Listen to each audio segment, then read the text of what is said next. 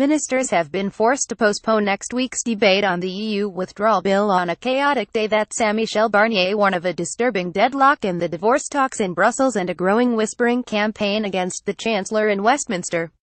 Andrea Leadsom, the leader of the House of Commons, told MPs the key piece of Brexit legislation would not be debated next week, as they had planned, as the government struggles to respond to a deluge of hostile amendments. Labour said it had identified more than a dozen of the 300 amendments that already have the backing of 7 or more Tory MPs, theoretically enough to defeat the government.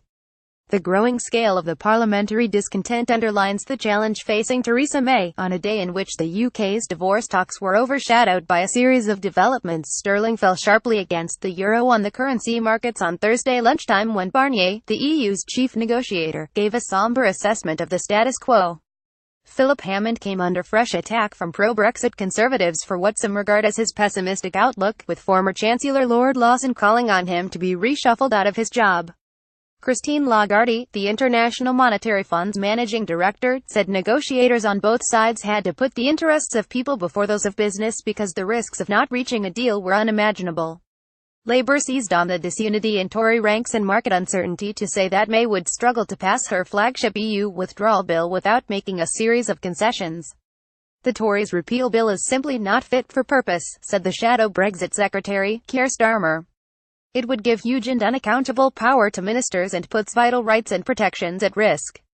Theresa May must start listening to the legitimate concerns of Labour and some of her own MPs and urgently change approach.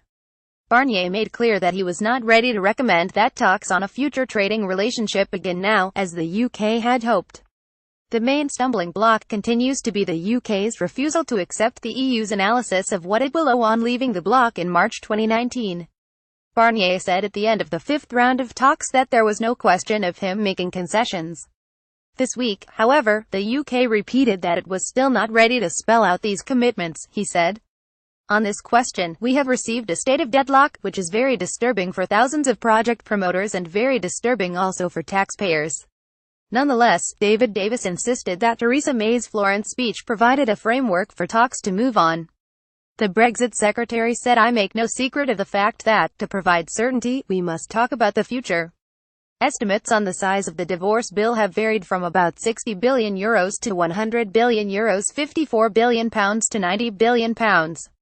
The pound rallied in later trading after a leaked draft of the conclusions from next week's European Council meeting revealed that the EU 27 could be prepared to start laying the groundwork for the next phase of talks to begin at the end of the year.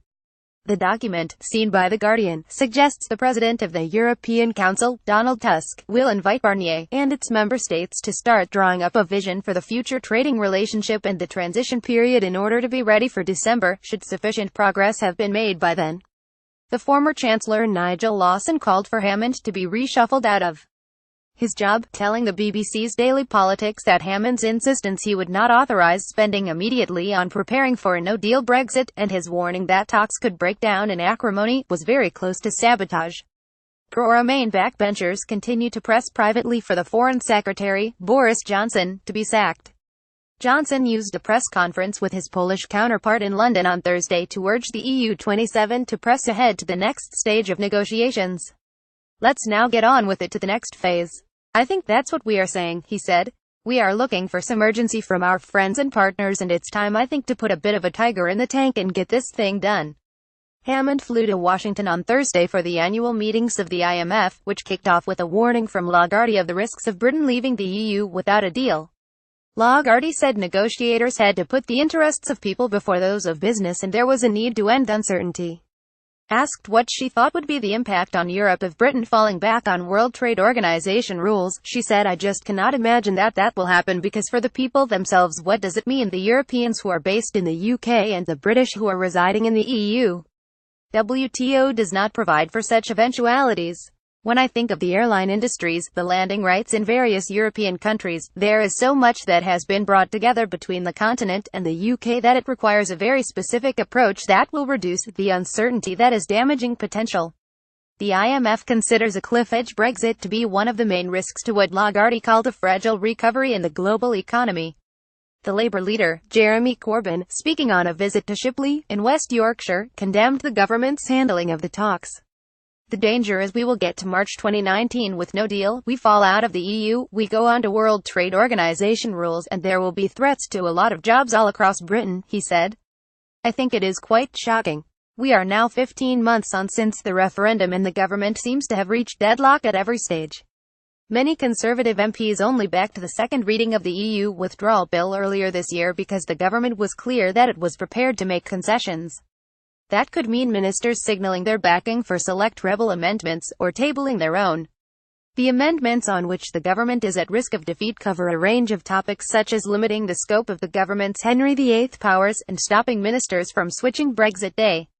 Some amendments may gather more support by the time the bill reaches its committee stage, the next hurdle, which is expected to involve at least 8 days of painstaking debate on the floor of the Commons.